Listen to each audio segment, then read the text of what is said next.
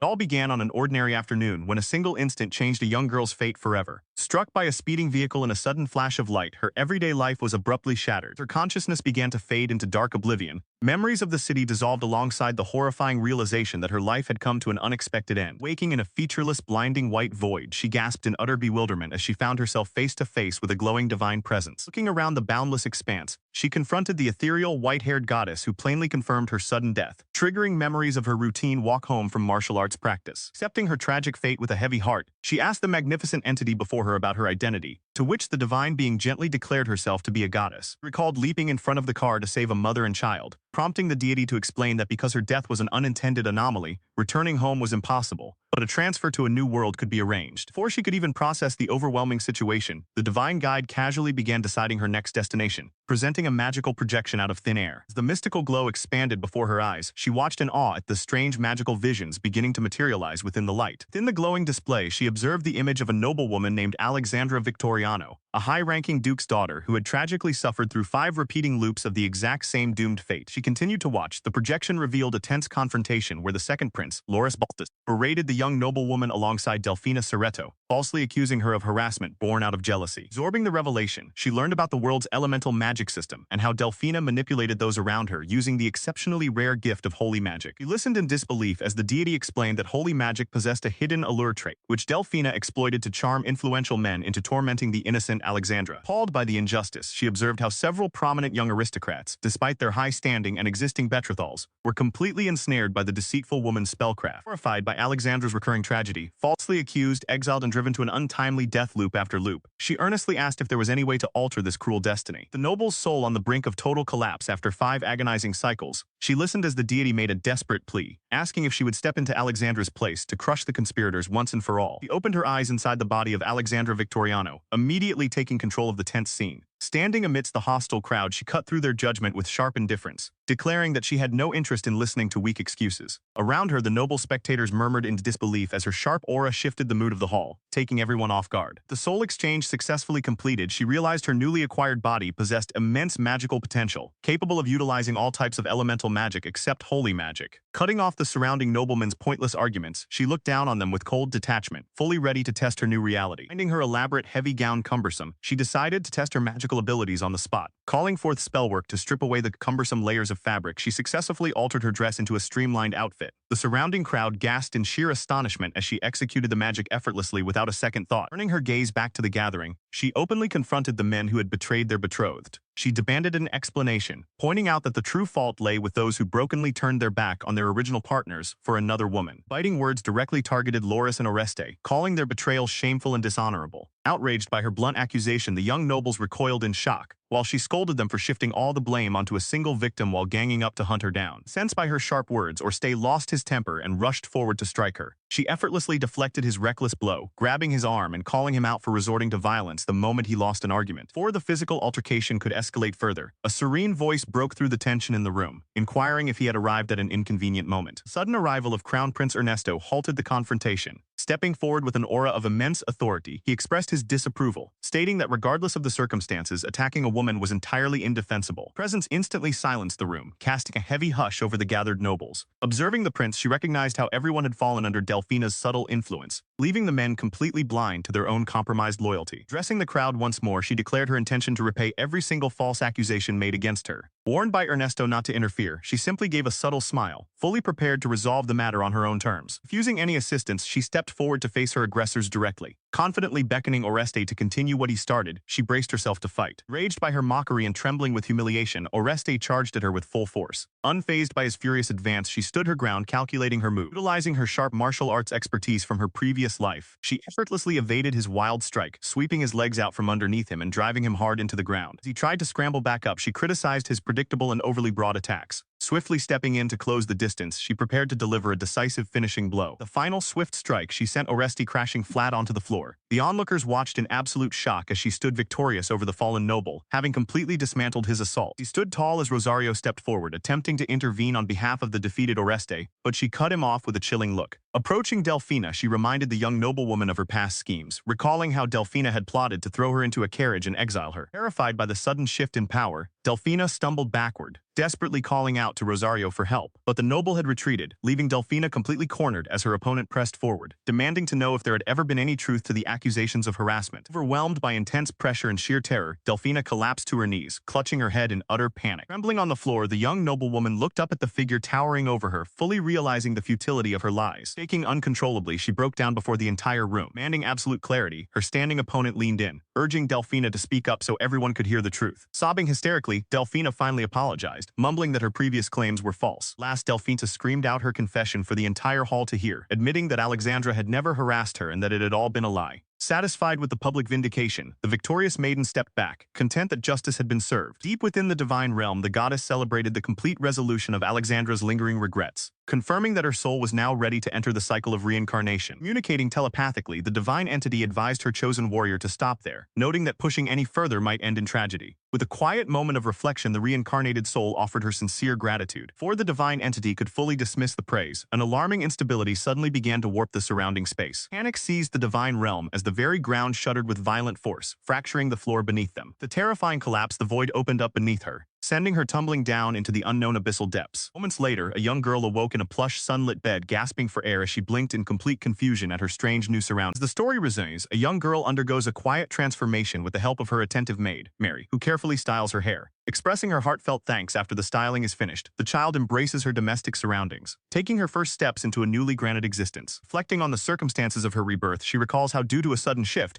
she found herself occupying the place of young Alexandria Victoriano at the age of 5. Surrounded by a warm family, her mother, her older brother Janus, and the household staff, she officially began her new life under this prestigious identity. An underlying question lingered in her mind. How was she able to integrate into this household so seamlessly? She remembered the gentle voice calling out the name Alexandria, reminding her of the mysterious divine intervention that brought her to this point. Thoughts drifted back to that fateful encounter when she stood before the deity once more, bathed in an ethereal light. The divine entity had explained that direct interference was drawing to a close, marking the 5th restart of her life. According to the deity's revelations, this was the very first timeline in which the original Alexandria suffered a fatal accident. So the divine presence admitted it was sad yet inevitable that direct communication must end. A parting gift was offered, a supreme blessing to watch over her throughout her journey. Bestowing this gift, the deity enhanced her magical capacities, granting her mastery over all elemental magic. Filled with profound gratitude, the young girl accepted this powerful divine favor. With her previous memories entirely intact, she found herself back in the physical realm, fully conscious as a 5-year-old child. Calling her brief time with her new mother, she remembered the gentle affection shown to her on that day, a poignant memory, as it proved to be the final time they ever spoke. Shortly after, her father and older brother Janus rushed to her side, anxious upon hearing she had fallen off a horse. As they checked on her well-being, she quietly activated an analytical skill to gauge the situation. Her family realized the extent of the divine blessing and her newfound ability to command all elements. Shock filled the room. Her father recognized both the immense favor and the potential danger. If the royal family learned of an all-element wielder, political turmoil would surely follow. Cautioned her that drawing the attention of royalty could lead to a forced political marriage, specifically pointing toward the second prince Loritz Baltus as the primary concern. Adamantly refusing such a fate, her father declared with fierce determination that under no circumstances would his daughter ever be forced into an unwanted royal marriage. For the next 3 years, she underwent grueling training under her father's guidance to master magic concealment. By the age of 8, the long-awaited day arrived for her public debut at an aristocratic tea party. Arriving at the gathering exhausted from her preparations, she was warmly greeted by the twin daughters of Marquis Cambrani, Sita and Felicia, who eagerly invited her to join their table. He quickly realized that this royal palace tea party was far from a simple social gathering. It was a ruthless battlefield dedicated to securing marriage candidates. As surrounding guests murmured about suitors and alliances, her friend Sita noted how terrifying the atmosphere was and inquired whether anyone had captured her interest yet. Observing her twin friends, she reflected on how Sita and CA were visually identical,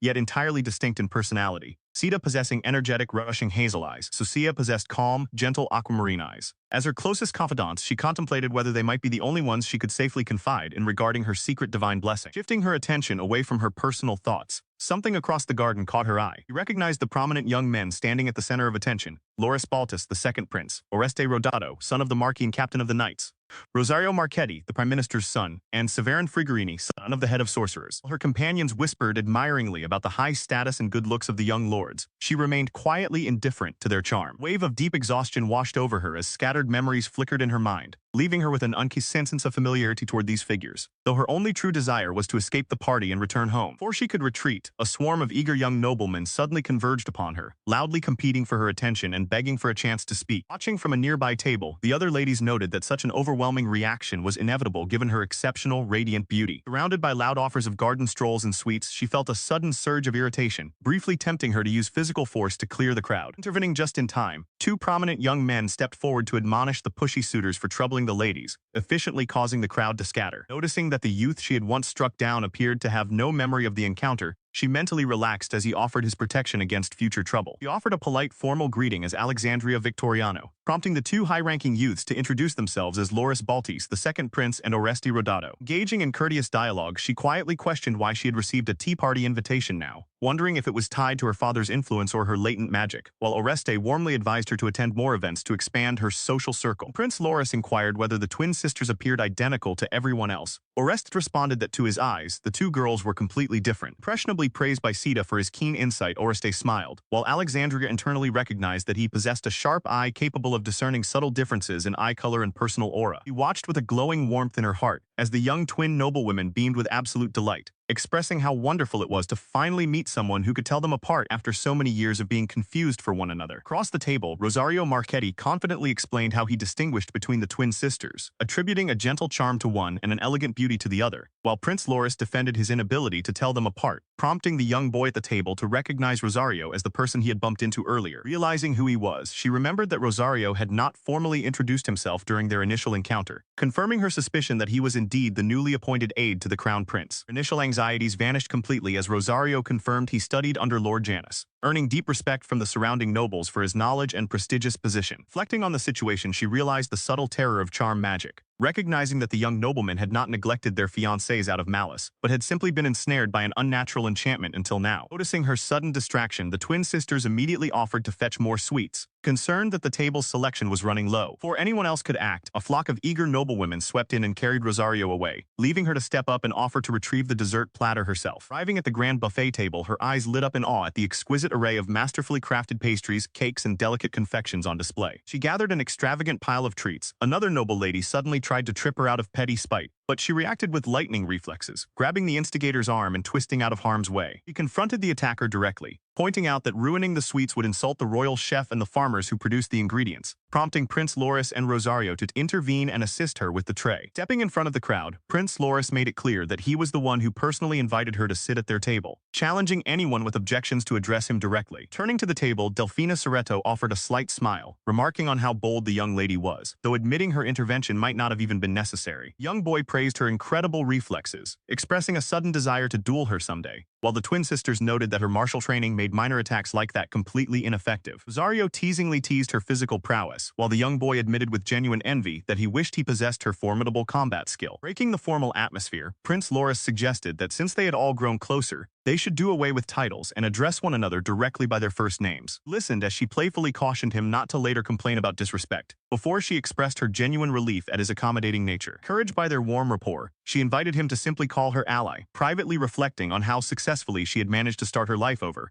until an unexpected commotion suddenly shattered the pleasant atmosphere. Messenger burst forward to warn everyone that a magical horse had lost control and was charging directly toward them at full speed, leaving the young prince in shock as she turned to face the Suddenly a magic horse broke loose, galloping out of control. Panic flared among the group as calls were raised to stop the wild beast. Taking charge amidst the confusion, Alexandria urged her companions to take care of Sita and Sia, insisted that everyone flee to safety, and boldly resolved to stop the enraged magic horse herself. Dark Horse thundered forward through the forest path, kicking up dust as Alexandria stood firm, waiting for the precise moment to intervene. Meanwhile, the royal prince noted the beast's fiery red hide and golden mane, realizing that ordinary people would never be able to catch up with such a magnificent creature. As the horse charged down the trail, he shouted out a warning, urging her to move out of harm's way before it was too late. Ignoring the danger, Alexandria reached out toward the creature, calling for it to come to her while the prince looked on in shock. With incredible grace and gentle words, she managed to leap onto the mount, soothing its wild frenzy until it finally calmed down under her touch. Prince rushed over to check if she was injured, only to discover mysterious marks on the horse that suggested the pain from a brand had driven the creature into a panic. Alexandria explained that ever since falling off a horse as a child, she had developed a unique ability to understand animal feelings, recognizing that this magic horse simply wanted to run free. Gently taking her hand, the handsome prince expressed his profound gratitude, noting that her brave actions had saved the magic horse's life. Staring up at his breathtaking face in close proximity,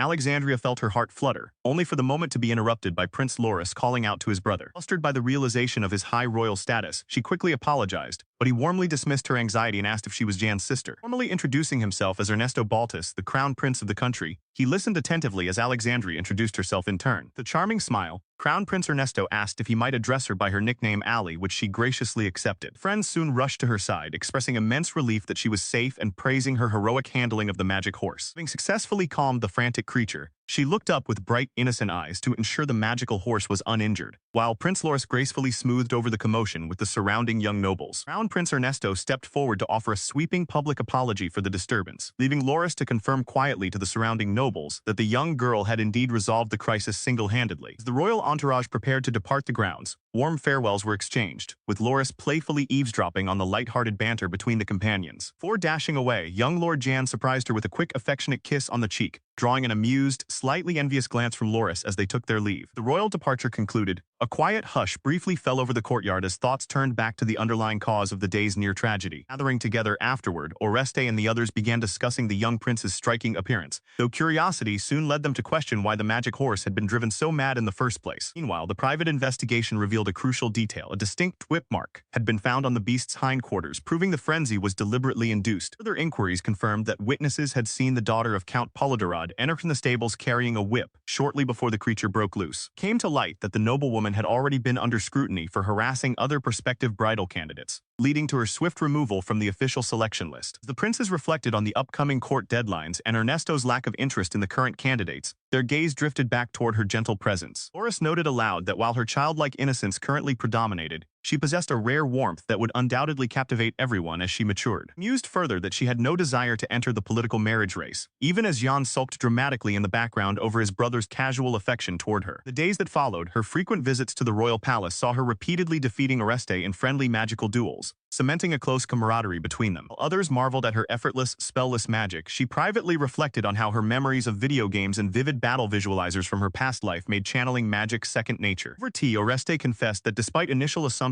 about her being a quiet, reserved noble lady, her unyielding optimism and genuine spirit had won his complete admiration. He listened in stunned silence as the twin sisters praised her endlessly, calling her an amazing and entertaining friend who had been dear to them since childhood. The young boys joined in with cheerful gratitude. A sudden, high-pitched scream shattered the pleasant afternoon atmosphere. Startled by the abrupt outcry, she turned her head in confusion to see where the noise had come from. Conversation shifted as one of the girls shared news that two candidates for her brother's engagement were visiting the palace today, sparking curiosity among the group. Intrigued by the prospect of seeing the prospective brides, they eagerly anticipated catching a glimpse of the two noblewomen. Moving together toward the palace gardens, the children peeked out from behind dense bushes to spy on the grand gazebo ahead. Observing from their hiding spot, they marveled at the elegant, fully grown women seated gracefully over tea. While the prince's younger sibling recounted memorizing every candidate's detail, Alexandria suddenly froze, noticing one of the women secretly dropping a mysterious substance into a teacup. Her eyes widened in horror as the droplet splashed into the warm liquid. Just as the unsuspecting prince raised the poisoned cup toward his lips, gasps broke out among the onlookers as they realized the imminent danger threatening the prince's life. Driven by pure instinct, she burst from the bushes, reaching out frantically and shouting for him to stop before it was too late. Suddenly, a sharp shout cut through the garden air as young Jan pointed frantically toward the table, warning Prince Umberto not to drink his tea because he had seen Lady Galdiera slip an unknown liquid inside. Turning his gaze toward Lady Galdiera, the prince calmly inquired if she had any response to the children's accusation, leaving her trembling in panic as she desperately stammered out denials. Amidst the growing tension, a flock of birds and small forest creatures gathered around Alexandria, soothing the atmosphere as she gently received their affection. Children stood firm in their testimony, prompting the prince to demand clarification, while Lady Galdiera completely broke down and began stammering apologies. Overwhelmed by guilt and fear, she admitted that her intention had been to win his affection through a mysterious elixir she had acquired. She tearfully confessed her long-standing feelings for His Highness, explaining that she had obtained a love potion from distant lands in a desperate attempt to test his heart before being stopped. Though Alexandria bowed her head in apology for acting so rashly, the prince reassured her with gratitude, announcing that Lady Galdiera would be removed from the list of prospective brides, while murmurs spread about whether the liquid was truly a potion or something far more lethal. Sternly admonished the disgraced noblewoman, stressing that administering unverified substances to royalty without consent was a grave offense, causing shock to ripple through all the surrounding candidates. Looking down at Alexandria with an unwavering expression, the prince expressed his sincere thanks for her quick intervention. Without warning, he leaned down close to her face, catching her completely off guard and sending a deep blush across her cheeks. Teasingly asking if there would be no reward for him, He pulled her into a warm, graceful embrace right in front of the astonished noble onlookers. Following the scandal, the Galdiera family suffered a severe demotion from Count Tabarin, and the royal house issued a statement declaring that no marriage was guaranteed, prompting every remaining candidate to withdraw. Reflecting on that day, Alexandria could not forget how chillingly cold the prince's gaze had been beneath his polite exterior, trapped as he was within strict political expectations. 6 years passed since that fateful afternoon, leaving her still pondering which mask belonged to the true Prince Umberto. Now, as time has marched forward into a new era, praise for her remarkable abilities continues to echo. He marveled at how everyone had grown to 14 years of age, reflecting on the shared excitement and joyful laughter among her closest companions. Because of Jan's defeat, the young boy wailed about losing to her once more, while Oreste pointed out his progress in swordplay despite remaining unable to beat her in hand-to-hand combat. As time passed, their friend group remained tight-knit, even as physical changes became apparent, such as Oreste growing visibly stronger and more muscular than before. Among these developments, one major change stood out. Oreste had harbored feelings for Sita all along, leading to their plans for engagement before enrolling in the Royal Magic Academy. In response to all the romantic developments, Rosario had also stunned the group by confessing his love to Sia publicly, leaving her determined to hear all the dramatic details later. Meanwhile, despite others teasingly asking why she did not date Loris, she firmly viewed him only as a cherished friend, recalling a past memory and realizing that becoming his fiancé would likely just result in punching him again. Driven by her desire to preserve their friendship without conflict,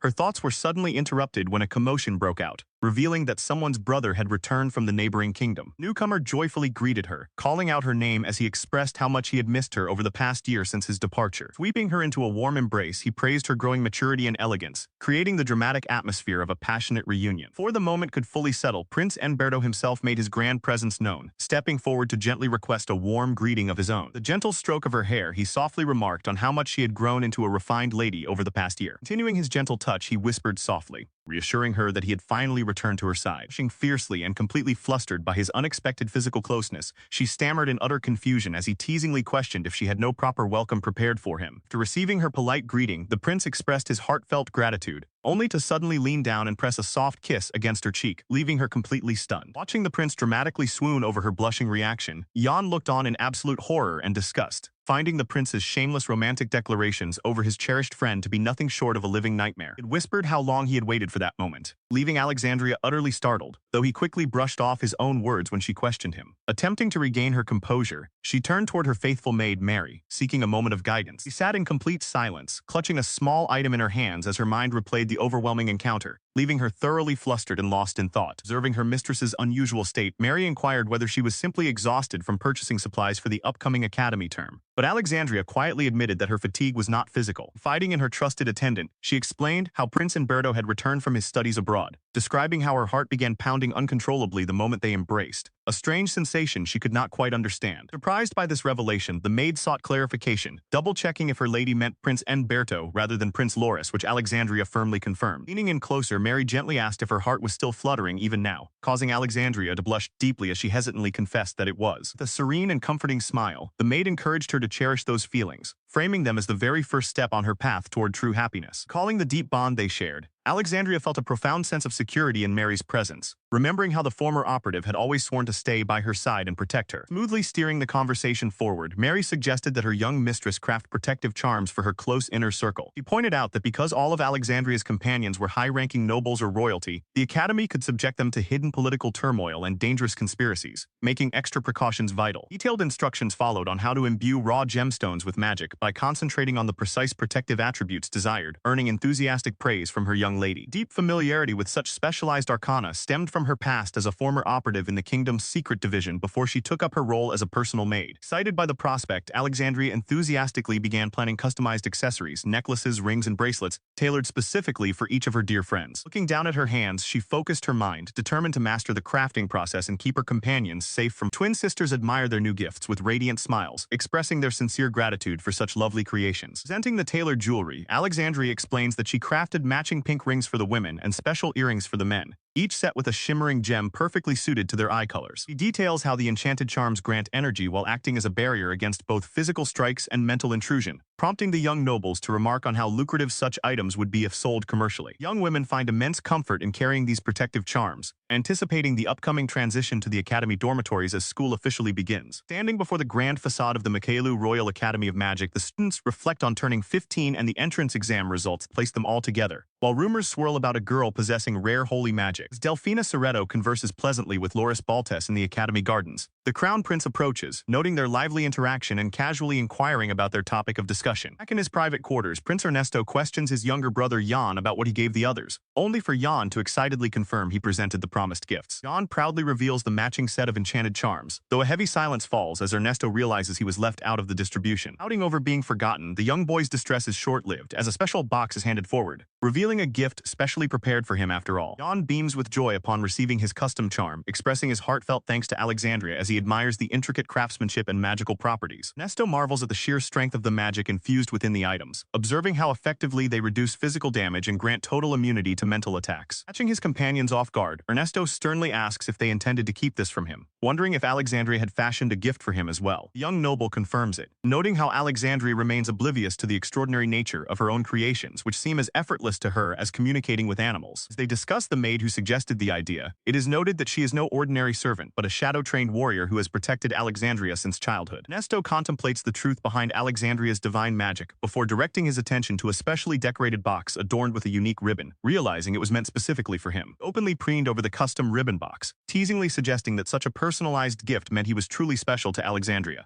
leaving his younger brother Loris utterly speechless at the playful display. Shortly after, grand bells echoed across the academy grounds, signaling the official commencement of the opening ceremony. Inside the auditorium, students grumbled softly to one another about the tedious formal speeches, noting that dry academic welcomes were seemingly universal across every world. Listening quietly, Alexandria reflected on Crown Prince Ernesto's enigmatic parting words from earlier, so preoccupied with thoughts of him that she had barely slept the previous night. Mind raced as she contemplated moving into the dormitories. Realizing she would see less of him only heightened her anxiety over what he meant by being excited for the term ahead. Lingering confusion vanished in an instant when Prince Ernesto himself stepped onto the stage as a faculty member, provoking shocked gasps from the students, including his own stunned brother Loris. Offering a dazzling smile and a gentle wave, the Crown Prince instantly captivated the classroom, eliciting delighted squeals from the young noblewomen in attendance. Warmly announced that as part of his royal heir training, he would be serving as their academy instructor for 1 year, finally clarifying the true meaning behind his earlier excitement. Observing the chaotic stir in the room, several male students chuckled among themselves, anticipating an unusually entertaining academic year before proposing everyone introduce themselves one by one. With effortless charm, Prince Ernesto welcomed the class and called for the next student to step forward, maintaining absolute poise amidst the admiring gazes of the students. Promptly stepping up to the front, the next student prepared to present himself to his peers and new instructor. Second Prince Loris Baltus took his turn, introducing himself calmly and expressing hopes for a wonderful year, which sent another wave of excited blushes through the female classmates. Watching him return to his seat, Alexandria quietly noted how effortlessly popular he remained, despite his somewhat distant demeanor. When her turn arrived, Alexandria stood tall and introduced herself gracefully, completely oblivious to the fond and amused glances exchanged by her close friends in the room. Prince Ernesto pleasantly called for the next student. Delfina Soretto stepped forward, her expression masked in shadow as she softly declared her pleasure to meet everyone. She presented herself with an air of sweet innocence, introducing herself as Delfina Soretto and expressing a desire to make friends despite her high noble standing. Her polite, cheerful smile, however, seemed to mask a deeper, far more calculated intent. Seeing her stand before the class triggered a sudden, haunting memory in Alexandria's mind. She instantly recognized the girl as the same cunning figure who had ruined everything in her past life. Calling how the girl had charmed Loris and the others while framing her for crimes she didn't commit, Alexandria watched in alarm as Loris stared at Delfina with a dazed, smitten expression, prompting his companion to wonder if he had fallen under a spell at first sight. His friend desperately shook Loris to break his trance, warning him to pull himself together before he fell completely under her spell. Alexandria looked down at her hands, trembling as the sudden wave of magical pressure settled around the room. Ernesto observed the scene with a sharp, perceptive gaze, his expression unreadable as he glanced toward Delfina, whose subtle smirk revealed her satisfaction at the room's reaction. As the oppressive aura faded, confusion swept across the classroom as everyone struggled to make sense of the sudden shift in atmosphere. Reste gripped his chest in surprise, remarking to Rosario that his protective charm had suddenly flared with heat for a split second when Delfina began speaking. Noticing her friend's pale expression, the classmate beside Alexandria asked if she was all right, but Alexandria quietly dismissed her concern, keeping her inner dread to herself. At the same table, Rosario noted with confusion that his own charm had remained completely dormant, wondering why the effect had differed between them. Moments later, Ernesto glided effortlessly over to Alexandria's desk, surprising the students with his sudden presence as he presented a small, wrapped gift directly to her. Alexandria realized that Ernesto's massive magical reserve made him naturally immune to external mental influences, while she herself possessed an innate immunity to magic altogether, explaining why neither of them had been affected by the charm spell. Reassuring her with a warm smile and a gentle pat on the head, Ernesto promised that he would always remain by her side to protect her, causing her heart to flutter in unexpected fluster. Turning the conversation to a practical matter, Ernesto eagerly asked if she could craft more protective charms, to which Alexandria explained that she could,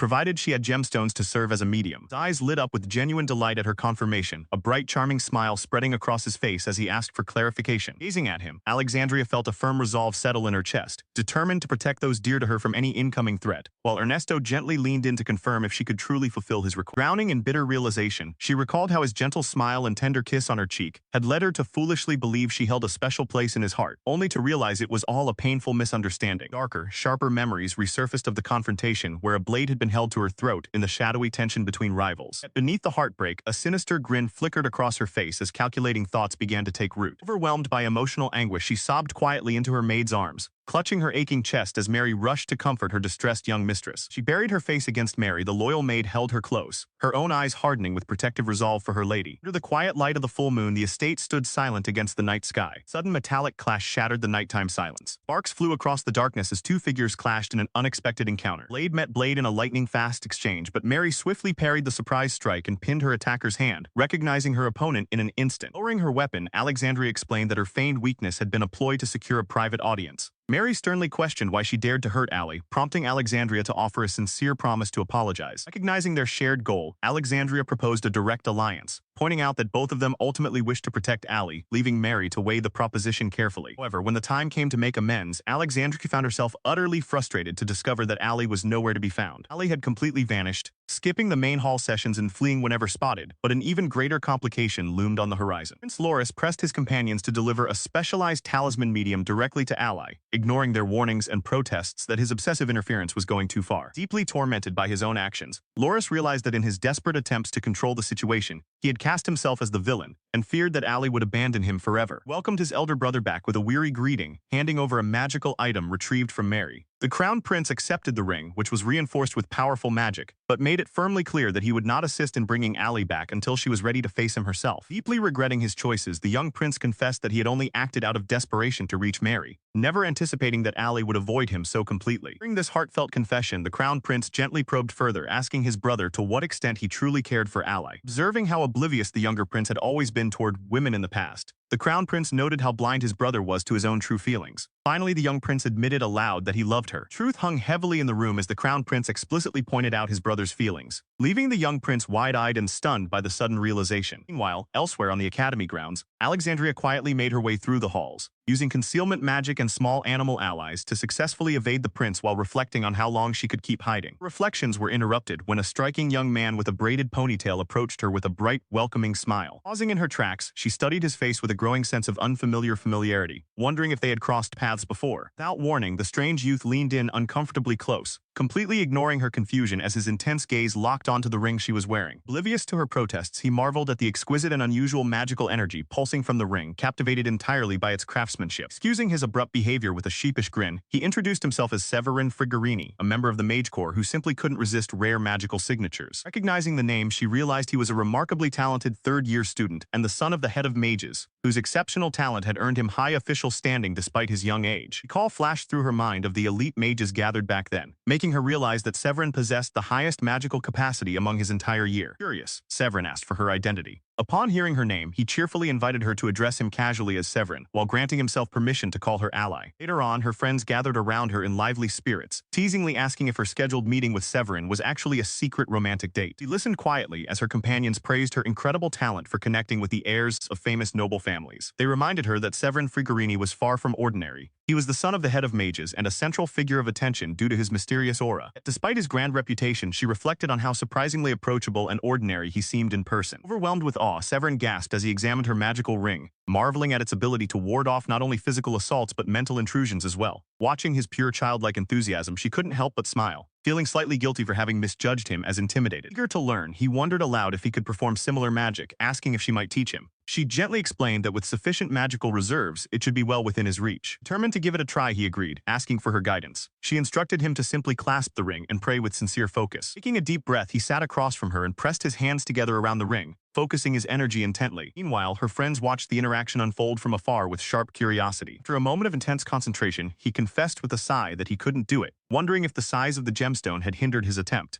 But as he handed the ring back, it suddenly flashed with a brilliant, blinding light, startling them both. Astonished by the unexpected reaction, he shouted in disbelief, realizing that the ring had been magically reinforced right before his eyes. Confused, she admitted she had no idea how it happened. Delighted by the phenomenon, he excitedly invited her to visit the mage corps someday, promising a warm welcome to which she warmly agreed. Distance away, Loris brooded in dark frustration over their cheerful exchange. While her friends giggled about her expanding social circle, Loris boiled with envy, feeling powerless as he watched another man draw close to her. Reste playfully noted that his brother had no right to interfere, suggesting that everything ultimately depended on her feelings, which only deepened the young prince's agony. Flustered and seething, Loris griped about how he hadn't even had a casual lunch with her yet, while Delphina observed his obvious jealousy with a subtle, knowing smirk. Delphina decided to overlook his outburst for the moment, but her attention was abruptly cut short when a commotion broke out nearby. Sudden chaos erupted in the room as a student violently tripped and crashed to the floor, startling everyone. Surprise ripples through the hallway as Alexandria gasps, her attention suddenly drawn toward Delphina Soretto, who sits slumped over, trembling and visibly distressed beside Severin Frigarini. Delphina murmurs a feeble apology, trembling continuously as she laments spilling the food, while Alexandria rushes forward to check if she is unharmed. Looking down at the shattered dish on the floor, Alexandria gently reassures Delphina that there is no need to fret over a ruined meal. Turning to Severin, Alexandria asks if he can assist in carrying Delphina to the infirmary, though Severin hesitates and insists he will manage carrying her on his own. Prince Loris offers to alert the school doctor and hurries off down the hall, while Severin privately doubts whether Alexandria will truly be able to lift Delphina herself. Delphina's eyes snap wide open in subtle shock as she realizes the direction the situation is taking. Exerting her own agency, Delphina turns directly to Prince Loris, pleading that she cannot bring herself to burden a senior student like Severin, and asks if His Highness could carry her to the infirmary instead. Prince Loris accedes to her request and instructs Severin to head back to his quarters since the lunch break is nearing its end, prompting a glowing expression of gratitude from Delphina. Before anyone can process the moment, Alexandria effortlessly hoists Delphina up into a fireman's carry and strode off, leaving Severin bewildered while Delphina flails in mortified shock at being hauled away so unceremoniously. Watching Alexandria stride away, carrying Delphina, Prince Loris remains behind with Alexandria's friends, leaving Delphina internally panicking as she wonders how her scheme to get alone with the prince went so completely awry. Despite the lingering tension in the air, Prince Loris offers a warm, gentle smile to Alexandria's party, glad that no serious harm was done, and suggests they take a moment to speak privately. Leading them into his official school office, Prince Loris invites everyone to take a seat, while Alexandria inquires about a delivery he was expecting. He brings up the matter of the magical amulet, recalling how he previously mentioned intending to give it to someone especially dear to his heart. Prince Loris confirms with a subtle smile that he indeed bestowed the amulet upon her, relief washing over him as he prepares to address another vital topic. Stepping toward Alexandria, Prince Loris places a reassuring hand over hers, declaring earnestly that the person who truly matters to him is sitting right in front of him. He pulled away in tears, unable to bear the revelation any longer, while Prince Loris stared after her in stunned silence. Because of this sudden strain, he desperately pleaded with her to listen, holding her hands as she struggled to break free. She spat back in anger, recalling how she had crafted an amulet for the person he cared about most, only for him to give it away to someone else, leaving nothing more to discuss. Moments later, she bade him a tearful, sarcastic farewell, telling him to enjoy himself as much as he liked, leaving the young prince calling out her name in complete despair. Driven away by her hurt, she screamed that she hated him before storming out of his office, leaving him kneeling on the floor in grief. The quiet aftermath, Prince Loris grappled with a deep, unprecedented fear of losing the girl he truly loved, realizing that nothing was unfolding the way he wanted. Meanwhile, sitting under a tree, she tried to process her emotions while a small magical creature attempted to comfort her, making her reflect on the harsh words she had hurled at the prince. As a bird chirped in the branches above, she realized he had been trying his best to explain something important to her, but her anger had blinded her to it at the time. Steeling herself, she slapped her cheeks to snap out of her gloom and resolve her feelings. She knew she could not remain hesitant forever and determined that she needed to listen to him once more, clearly and fully, before deciding whether to let go. After, they reassembled in a formal sitting room, where Prince Loris expressed his sincere gratitude for her willingness to come and listen, though she offered a calm apology of her own for what had transpired. He began by apologizing for raising his voice earlier, deeply grateful that she was giving him another chance to speak. Gentle and attentive, he asked if he could sit next to her on the sofa, and she agreed. Sitting beside her, Prince Loris confessed his genuine regret over his foolish actions, admitting how painful it had felt to be rejected by her. She cut in softly, insisting he shouldn't apologize, taking the blame upon herself instead. Turning her attention to the core of the matter, she brought up the magic amulet, prompting Prince Loris to confess that he had lied when he claimed it was for someone dear to him. Explained the truth behind his request, reminding her that Delphina was in her class and that any harm coming to such a prominent noble house would create severe political turmoil. Revealed his suspicion that the daughter of the Soretto family had used mind-altering magic before, explaining that he had used the amulet to lure her out without raising suspicion, even if it meant making Alexandria angry at him in the process. He held her hand with tender care, confessing his deep remorse for hurting her by trying to rush explanations. As he pulled her into a soft embrace on the sofa, He admitted how foolish he felt during the time they were kept apart. Overwhelmed by his honest words, tears welled in her eyes, prompting her to wipe them away before offering her forgiveness. She offered her own heartfelt apology, expressing gratitude and expressing regret for having ever claimed to hate him. Reflecting on her moment of vulnerability, she admitted how deeply comforting his presence truly made her feel. Relieved that he had not lost her, he held her so tightly that she playfully gasped for air, forcing him to quickly apologize and loosen his grip. Leaning in intimately close, he gently requested that she stop addressing him with formal titles and instead call him Bert. Testing the intimate nickname aloud, she flushed with embarrassment as he buried his face against her neck, repeating her name with profound devotion. Tightly in each other's arms amid the quiet surroundings, he quietly declared his love for her. Sensing her hesitation, he reassured her to take all the time she needed to process her feelings. Softly whispering his nickname once more, she paused as her heart pounded in her chest. Gathering her courage, she looked into his eyes and confessed that she loved him too. Radiant, joyful smile broke across his face upon hearing her reciprocal confession. He sat side by side on the sofa in peaceful silence, bound by a newly forged mutual understanding and deep. Alexandria buried her face in her hands, letting out a silent, internal scream of absolute disbelief. Reflecting on her past life, she recalled having zero interest in romance, spending all her time on anime, games, and combat training. Yet just the previous day, Prince Umberto had acted like a prince straight out of a fairy tale, leaving her bewildered as to how things had turned out this way. Inner turmoil was abruptly interrupted by a cheerful voice calling out her name. Looking up, she saw a charming young girl approaching her with a warm, energetic smile. Newcomer introduced herself, revealing that she was a princess from a neighboring kingdom, instantly catching Alexandria's attention as someone deeply important to Prince Umberto. Visiting Princess Julieta Cothen introduced herself in full and explained her presence. She shared how she had suffered from strange fatigue since arriving, but after consulting Prince Umberto and receiving a magical camera, her energy had fully returned. Observing the area, she realized Alexandria belonged to Lady Delphina's group. Alexandria could not help but be overwhelmed by how adorable Julieta was up close. Julieta went on to express her immense gratitude, mentioning how she had heard so many wonderful things about Alexandria from the prince, which made her eager to speak with her directly. Julieta praised Alexandria's incredible combat skills and her brave feat of stopping a runaway magical horse, which was her primary reason for enrolling at the academy. While Prince Umberto showered her with praise, Julieta humbly apologized for the delay in reaching out, admitting she had felt shy despite wanting to compliment Alexandria's captivating beauty right away. Alexandria reassured her that no apology was necessary for brushing off the misunderstanding regarding the magic necklace. Holding up her treasured necklace, Julieta softly explained that it was a precious gift from her father when leaving her homeland, but now having been infused with magic, its value was truly priceless. Alexandria listened intently, acknowledging the profound sentiment behind the enchanted piece. Though Alexandria had initially thought she never wanted to meet the princess, hearing her earnest words brought a genuine sense of relief and joy that they were finally speaking. The sparkling, hopeful expression,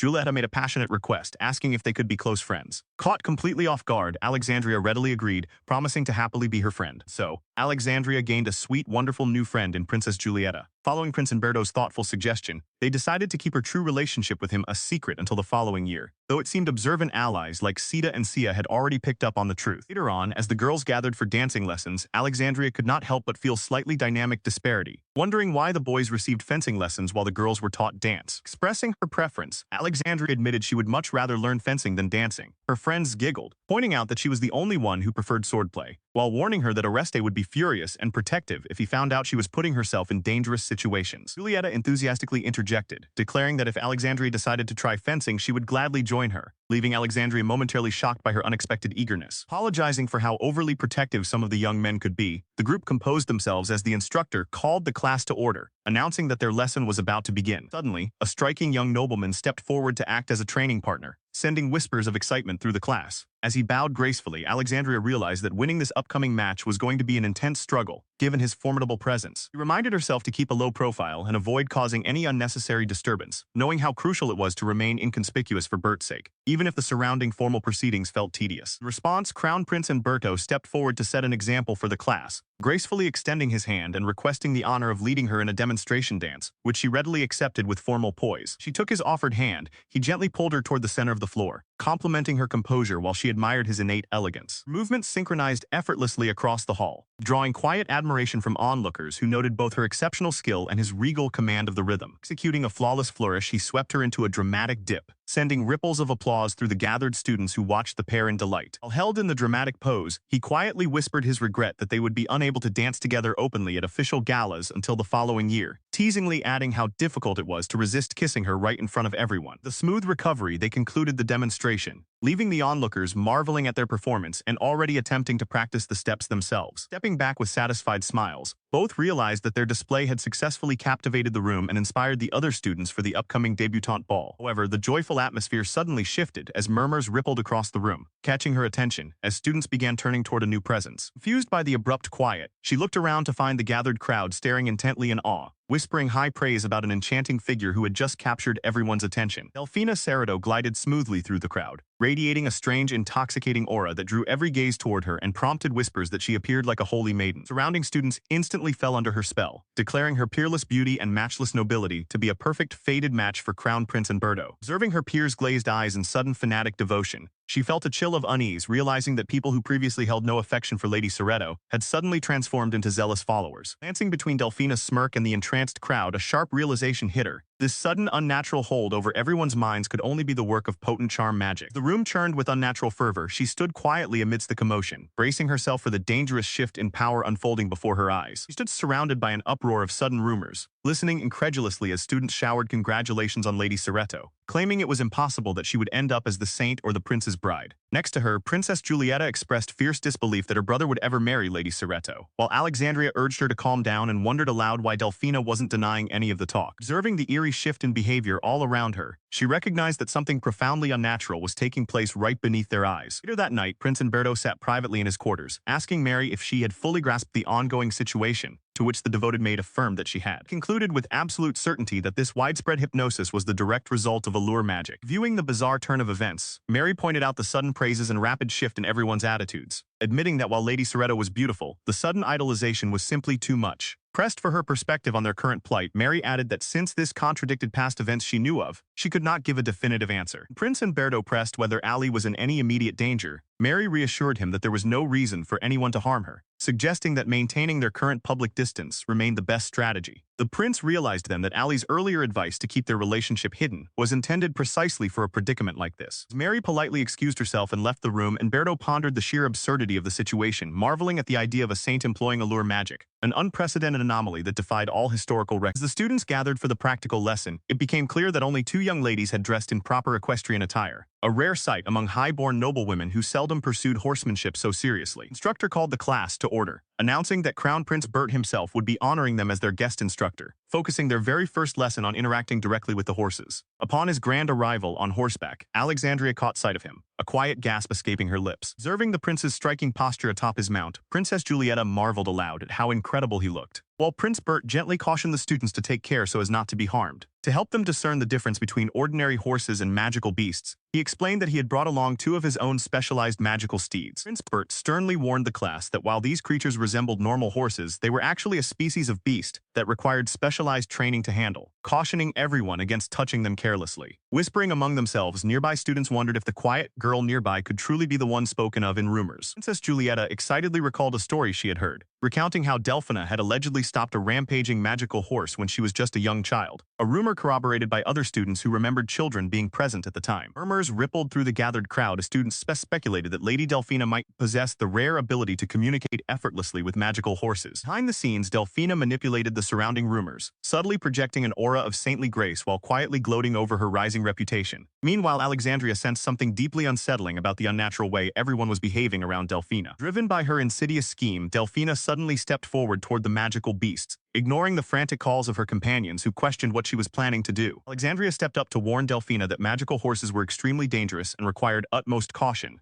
but Delfina merely scoffed in response. Mocking Alexandria, Delfina teasingly asked if she was simply jealous of a power she did not possess, arrogantly claiming that taming a magical horse would be effortless for a future saint like herself. Shrugging off the arrogant taunts, Alexandria dismissed any notion of jealousy, though she politely thanked Delfina for her dismissive warnings. Watching Delfina march toward the creatures, Alexandria couldn't shake a dark foreboding, realizing that if left unattended, the aggressive magical beast would almost certainly attack her. Stepping recklessly close to the beast, Delfina reached out her hand, foolishly urging the creature to calm down so she could stroke its coat. Instead of submitting, the magical horse reared back with a ferocious roar, startling Delfina as it prepared to strike. Seeing the imminent danger, Alexandria bravely threw herself forward, commanding the beast to stop and calm down. Placing herself directly between the wild creature and the fallen noblewoman, Alexandria extended her arms wide, shielding Delphina from the violent beast. Rushing to the scene, Prince Bert bellowed in frustration, demanding to know why they hadn't listened to his explicit warnings to stay away from the magical horses. Strictly reprimanding Delphina for her reckless behavior, Prince Bert ordered her to leave the grounds immediately, declaring that the magical horses would never trust her again. As a tearful Delphina slunk away in disgrace,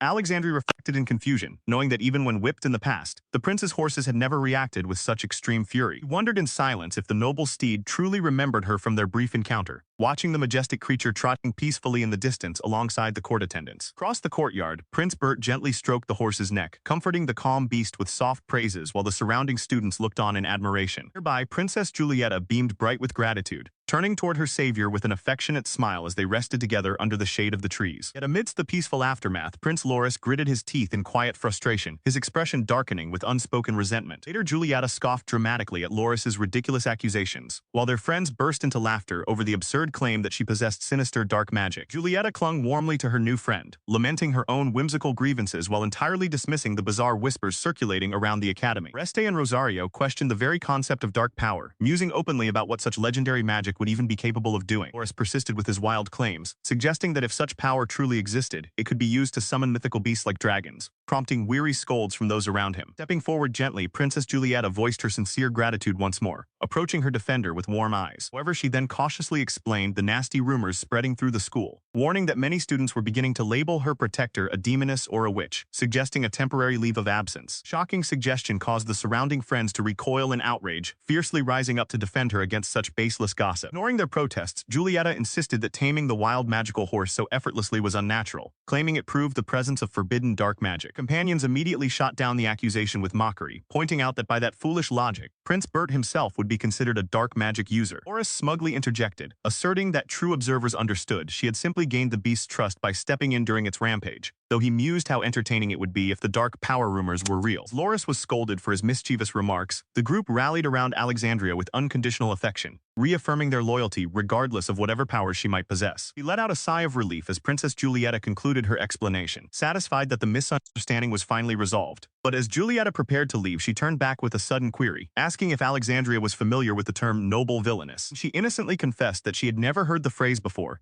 Julieta reeled back in complete shock, unable to fathom how anyone could be unaware of it. Julieta went on to explain how someone in her class had been making bizarre claims, but her words fell quiet as Mary stepped forward with a solemn expression, requesting a moment alone with her lady. Observing the uncharacteristic weight behind her maid's request, she agreed to speak privately, sensing that something gravity-defying was about to be revealed. Her eyes widened in stunned silence as Mary began to unravel a truth far beyond ordinary comprehension. Standing quietly before her mistress, Mary prepared to lay bare the burden she had carried in secret for so long. Maid recalled overhearing a conversation that had confirmed her long-held suspicions about the nature of their reality. Seated together in the quiet sanctuary of the room, the bond between maid and mistress was put to an extraordinary test as the incredible confession began. Mary revealed the staggering truth. She was currently living through her fifth cycle of time, trapped in a recurring world that had previously offered nothing but despair. Every single one of those past lives, Alexandria had been betrothed to Prince Loris, only to watch his heart inevitably turn away the moment they entered the academy. No matter how desperately Alexandria had struggled to change her fate in those previous timelines, the result was always identical, forcing time to reset again and again. Tears welled in her eyes as she realized the unimaginable suffering her loyal maid had witnessed, enduring the heartache of 5 cruel betrayals alongside her. Dark memories flooded forth of past loops, false accusations, tragic condemnations, and helpless attempts to alter the tragic end that had repeatedly claimed her mistress. Each time the world reset, Mary would awaken once more as a small child, forced to carry the crushing weight of the future all over again, drawing tears from both of them. Mary emphasized that this 5th cycle was different. A genuine anomaly had occurred, breaking the fixed repetition and offering a ray of hope. She went on to explain that this turn of events was entirely due to Alexandria's choices and actions breaking the set pattern of his. Reflecting back on her journey, her life took a decisive turn at 5 years old as she grew up through the years, trying to navigate a world that was not her own. She recalled how, after falling from a horse, she met the gods and swapped souls with the original body's owner, doing her best ever since to live as Alexandria. Yet, as Mary stood behind her, combing her hair, the faithful maid calmly asked if she was a reincarnated soul. She remembered how Mary had been by her side constantly throughout her childhood, attending to her every need with quiet devotion. From the very beginning, the devoted servant had been the closest person to her in the entire world, kneeling before her as a child with unfailing loyalty. Realizing that her maid had known her secret all along yet chose to stay by her side, she addressed her, deeply touched by such steadfast allegiance. Maid explained that when her mistress stood tall in the court of condemnation, the metaphorical chains binding her had collapsed, making her realize things would change, though the resulting reality far exceeded her expectations. Sitting back in her chair, she directly asked Mary if she had realized even back then that she was not the true Alexandria, to which the maid gave a straightforward, quiet confirmation. She listened intently as Mary gently admitted that she had known her mistress was no longer the same person she had originally served. Bowing her head slightly, the servant offered a sincere apology for keeping her realization a secret for so long. Quiet hush settled the sunlit room as the two women shared this moment of quiet, profound understanding. The maid revealed that when the former world fell apart, she felt a deep certainty that it was a chance for the real Alexandra's salvation, believing the original soul had entered the cycle of reincarnation through divine grace to live anew. Hearing that the original girl was safe brought immense relief, yet she expressed her lingering guilt, wondering aloud how vastly different she must be from the real Alexandria. During these doubts, Mary stepped closer, her expression filled with gentle warmth. Reaching out, she tenderly cupped her mistress's cheek, softly agreeing that while she was indeed completely different from the girl before, whether it was the former soul or the present one, she would always remain the most precious person in her life. She melted into her maid's comforting embrace, reflecting on the endless cycles of fate she had been forced to witness. Though the dark patterns had repeated time and again, the events of this life had diverged dramatically from the past, shifting the trajectory of her once predetermined destiny. Mary gently pointed out that the most significant change of all was her broken engagement to Prince Loris. In every previous iteration, no matter how desperately she had struggled to escape it, that tragic union had proven entirely unavoidable. The original Alexandria had cherished Loris deeply, he had ultimately betrayed her devotion. In this life, however, she viewed him merely as a friend, seeing through his polished exterior to his true flawed nature. Turning the conversation to their other allies, she inquired about Oreste and Rosario, asking if their bonds had always been so steady. Mary confirmed that in every past life, both young men had been betrothed to the twin sisters, Felicia and Sita. Mary recounted how those childhood friendships had once seemed unbreakable, yet everything crumbled the moment Lady Coretto arrived at the academy. Under the subtle sway of her mind-altering magic, every man around her had fallen helpless under her spell, severing even their oldest ties. Mary somberly confirmed this reality. Alexandria absorbed the gravity of the revelation, her expression hardening as the sheer scale of Coretto's influence became clear. Chilling realization struck her as she pondered why Coretto had never bothered casting a spell directly on her. It was because the woman had already systematically turned everyone, even her closest female companions, against her, leaving her utterly alone. Sheer malice behind that strategy sickened her, recognizing the cruel intent to strip away every shred of support until she was completely isolated from the world. Comically fuming at the memory, she cursed herself for being too lenient, wishing she had delivered more than just a single slap when she had the chance. Quickly composed, she brought up another crucial detail, asking if there had ever been any connection between herself and Crown Prince Umberto in the previous lifelines. Mary recalled that in the past, the Crown Prince had remained a distant, unattached figure who shared no meaningful interactions with her, let alone an engagement. Grasping Mary's hands in profound gratitude, she realized that the protective talisman in Mary's guidance had shielded key figures from the magic's grasp, allowing her to forge a genuine self-earned bond with Prince Umberto. Looking into her mistress's eyes with unshakable devotion, Mary swore that she would never allow unhappiness to claim her again, a vow that filled Alexandria with quiet confidence. Raising a triumphant fist into the air, she boldly declared that in this life, every single one of them would claim the true happiness they deserved. Several peaceful days passed without further incident, even as Lady Coretto quietly sought opportunities to interfere. Inside a rattling carriage, an utterly exhausted Alexandria slumped in her seat, eager for a well-deserved rest. She reflected on the tea party she had just attended with the daughters of other ducal families, noting how long it had been since she went out for anything besides the academy, even if such social duties were expected of a duke's daughter. She quietly giggled to herself as she recalled how predictable their chatter had been, focusing entirely on romance while all being prospective candidates for Bert's fiancé. Though she maintained her secret bond with him and merely smiled and nodded along, the shallow posturing still proved exhausting. Overwhelmed by fatigue, she sank deeply into the carriage cushions, wondering aloud when they would finally arrive home as her eyelids grew heavy. Outside, the horse-drawn carriage clattered steadily along the gravel road, making its way toward the grand estate gates. Upon its arrival, Prince Bert stepped up to the carriage window, his eyes softening as he caught sight of her peaceful, sleeping face. He remained completely oblivious to his presence, slumping comfortably against the padded seats in deep slumber. Outside the coach, Oreste congratulated the prince on his good fortune, teasingly noting that coming to borrow a book had unexpectedly allowed him to catch a glimpse of her resting. Bert agreed with a gentle warmth in his eyes, watching her fondly as Oreste chuckled at how adorable she looked in her sleep. Observing the prince enraptured by her sleeping form, Oreste playfully wondered if she had cast a spell on him, prompting Bert to affectionately wish that such a magic would last a lifetime before asking if he should carry her inside. Lifting her gently into his arms, Bert carefully carried the exhausted girl from the carriage, while Oreste offered to lead the way to her room, remarking on how worn out she seemed from playing mediator among the ambitious noble ladies. As they walked through the manor, Oreste inquired about Mary, wondering if she had done anything wrong, only to note that Mary was surprisingly lenient toward Allie, even going as far as to overlook potential threats if they pertained to her directly. Cautioned the prince that as long as his intentions remained entirely noble, Mary would refrain from interfering, though her watchful gaze was never far away. Arriving at her bedroom door, Mary stood waiting composedly, politely thanking His Highness and directing him to place the sleeping lady onto her bed. As Bert set her down, Mary sternly warned him not to entertain any improper thoughts, earning a nervous, sweating smile from the prince. Gazing down at her peaceful face, Bert confessed with deep sincerity that his love for her was so intense it actually hurt, leaving both Mary and Oresti momentarily bewildered by his passionate declaration. He confessed how deeply his thoughts were consumed by her, longing to see her every day and spend every moment by her side. Yet, seeing her laugh happily alongside Loris and their classmates at the academy brought a bittersweet warmth, entangled with an overwhelming pang of jealousy. Felt as though affection for her was being continuously etched into his very soul. Watching this passionate display, Oresta lightly d'Alexandria had cast a magical spell over the crown prince, though Bert merely offered a calm, knowing smile. Oreste commended his genuine devotion, noting that such profound love made the prince seem more grounded and human than ever before. Bert agreed quietly, coming to the quiet realization that for the first time he truly appreciated the person he had become. Stepping over to the bedside where Alexandria lay fast asleep, he gazed down at her peaceful expression and softly whispered her name. His expression hardened with absolute devotion and quiet steel as he inwardly vowed that he would never allow a single obstacle to stand in her. Duke's sharp voice cut through the late hour, questioning what could possibly bring the crown prince to their estate at such an ungodly time. Without hesitation, Prince Umberto offered a formal apology for his intrusion before dropping a startling declaration, requesting permission to marry Alexandria. Calling the chaotic evening, Alexandria listened as her companion admitted she'd expected a far more serious discussion, only to be met with laughter and disbelief at how heavy-handed the whole affair had turned out to be. He reflected on how the moment Prince Umberto arrived, an explosive argument broke out between him and her father, making it an extraordinarily exhausting day. Mind drifted to her brother, who had watched the entire spectacle unfold alongside her with a amused smile. Meanwhile, the other students animatedly debated the clash between Alexandria's father and the crown prince,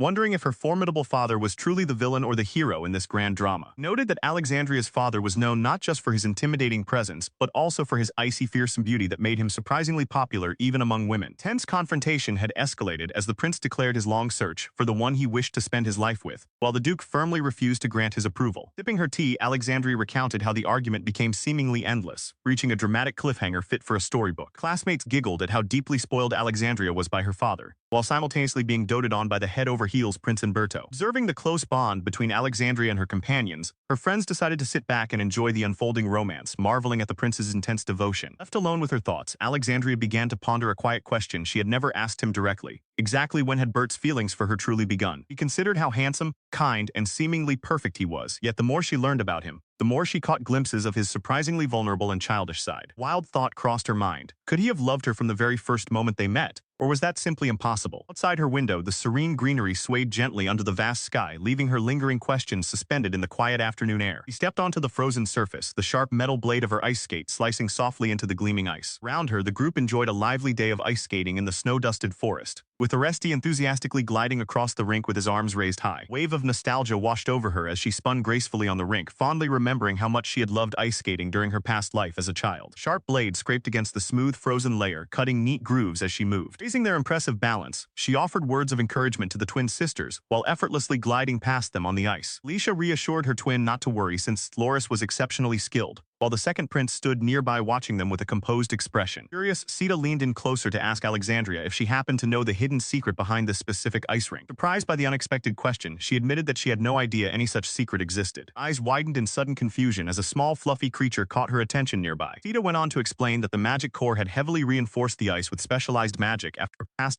incident where someone attempted to break the surface to harm others, ensuring it could now only be shattered through specific magical means. Sudden dread gripped her as she processed the revelation, realizing that if someone intended to break the enchanted ice intentionally, everyone present was in grave danger. Before anyone could react, violent spiderweb cracks tore across the frozen surface directly beneath her feet. She let out a terrified scream as the ice gave way entirely. Across the collapsing rink, Loris reached out in desperation, shouting her name as he tried to save her. Ice shattered completely, plunging her straight down into the frigid dark waters below. Her eyes widened in sheer shock as the ice buckled beneath her feet without warning. Flash of aggressive magic. Someone nearby channeled spellcraft, directing a sudden surge toward the frozen lake. Stunned by the sudden turn of events, she found herself sitting on the snow-covered bank, gasping in confusion as she tried to comprehend what was unfolding before her. Nearby, a loud splash echoed across the lake as a boy frantically thrashed about in the freezing water, screaming in terror while she looked on beside her companion. Onlookers on the shore recoiled in panic, shouting out that someone had fallen into the freezing lake. Observing the targeted nature of the collapse, Prince Umberto quietly deduced that someone had deliberately broken the ice to set a trap, specifically aiming to target the person standing on it. Whispers quickly spread among the surrounding students, pointing out Lady Soretto and her companions, while questioning if the local noble's son was aware of the lake's condition. Confronted by the prince, the young noble admitted grimly that it appeared a targeted trap had indeed been laid. Maintaining a calm demeanor, the prince decided they would gather full details later at the palace, offering a gentle smile as he warned the soaked youth not to freeze. Turning her attention directly to Prince Umberto, she asked him bluntly why he was present at the rink. He stood silently before her, taking a moment to gather his thoughts before offering an explanation. Explained simply that he had arrived after hearing her scream, revealing that he had used a transfer spell set to trigger under that exact condition. Lightly touching her earring, he revealed that he had placed a special enchantment on the accessory he gave her, allowing him to instantly teleport to her side whenever she was in danger. Companions stared back in utter disbelief and awkward silence, completely stunned by the prince's extreme protective measures. Looking at his radiant, affectionate smile, she felt deeply conflicted, wondering internally whether she should consider his actions suspicious and stalker-like, or be touched by how deeply he cared for her safety. She reflected on how, despite her initial doubts, her prince had ultimately come to her rescue when danger struck at the frozen lake. Shortly after the incident, the crown prince focused attention on uncovering the truth behind the sudden attack. The student knelt before the royal council, confessing that while interacting with Lady Soretto's group, an irresistible impulse had overcome him to target Alexandria with magic, despite not fully understanding his own motives. Acknowledging the strange confession, the prince placed the student under strict house arrest pending further investigation. Analyzing the situation, the advisors realized that charm magic was at play, twisting the victim's mind into believing wrongful assault was entirely justified. With the enemy now targeting Alexandria directly, the threat had escalated far beyond simple school rivalry. The unseen shadow of Lady Soretto's schemes hung over them. The prince hardened his expression, accepting the dangerous reality of the coming conflict. Resolved that the time for passive defense was over, and that they must strike back in earnest. While outside, Alexandria walked through the hall, unaware of the decisive retaliation being Ernesto reflected on his past, recalling how his father's wisdom made him a target for greedy nobles, forcing the young prince to grow strong to protect himself from countless assassination attempts. Surrounding himself with competent advisors, he learned that others viewed targeting him as a way to breach his defenses, leading him to close his heart to everyone except his family and Jian while wearing a perpetual fake smile. In his memories, the image of a young girl appeared, her presence softening the cold defenses he had built around his heart over the years. Standing by the window in the present, he adjusted his cuffs, his resolve hardening as he thought back on those formative moments. Over time, he had found himself drawn to her genuine warmth and spirit, a contrast to the deception of the court. He remembered the gentle moments they shared, promises made in secret that anchored his quiet determination. Looking outward, his gaze narrowed with fierce determination, silently swearing that he would never let anyone hurt Alexandria ever again, relying on his trusted allies to cover the places his own eyes could not reach. Addressing the gathered room as classes were to resume the next day, Prince Loris urged everyone to remain extremely cautious of Lady Soretto and her inner circle. Reste chimed in, admitting that while he disliked the idea of attacking a girl directly, they could not predict what scheming move Lady Soretto might make next. Alexandria cheerfully offered to take Lady Soretto down herself if necessary, though Rosario warned her that they should avoid unnecessary risks whenever possible, whilst Oresti nervously asked her to stop smiling so terrifyingly. Lisha and Sita enthusiastically declared that they would never leave Alexandria's side, prompting a warm smile of gratitude from her despite their lingering worries about Lady Soretto. Though Alexandria was deeply grateful to have such loyal friends by her side, she silently acknowledged that she still held a secret she couldn't reveal, steeling herself for the challenges ahead. As the new semester officially commenced, the atmosphere across the academy grew thick with tension, with students casting uneasy glances and whispering nervously whenever Lady Soretto passed by. Gently patting the young student's head, Prince Ernesto reassured her as Alexandria noted how the prevailing negative emotions were filling the room and affecting everyone's well-being. Noticing the sudden shift in the air as students gasped in surprise, Prince Ernesto offered a charming, relaxed smile and mused whether he should simply leave the situation in Alexandria's capable hands. Leaned in close, his sudden proximity sending a surge of shock through Princess Julieta as she flinched back in utter astonishment. Crying out in surprise, the flustered princess demanded to know what he had just done to her, while Alexandria quietly observed the unmistakable dispersal of magical energy. As the oppressive chill lingering in the air vanished completely, the surrounding onlookers marveled at the sudden lightness, while the prince offered a quiet word of praise to his flushed companion. He playfully suggested a kiss on the cheek as a fitting reward for her cooperation. His advance was instantly shot down, though Alexandria noted with satisfaction that the critical situation had been successfully diffused. Excusing himself to return to his royal duties, the prince took his leave, prompting the surrounding students to pry into how Alexandria managed to speak with him so casually, to which she admitted it was simply a familiarity built since childhood. Resting a hand thoughtfully against her chin,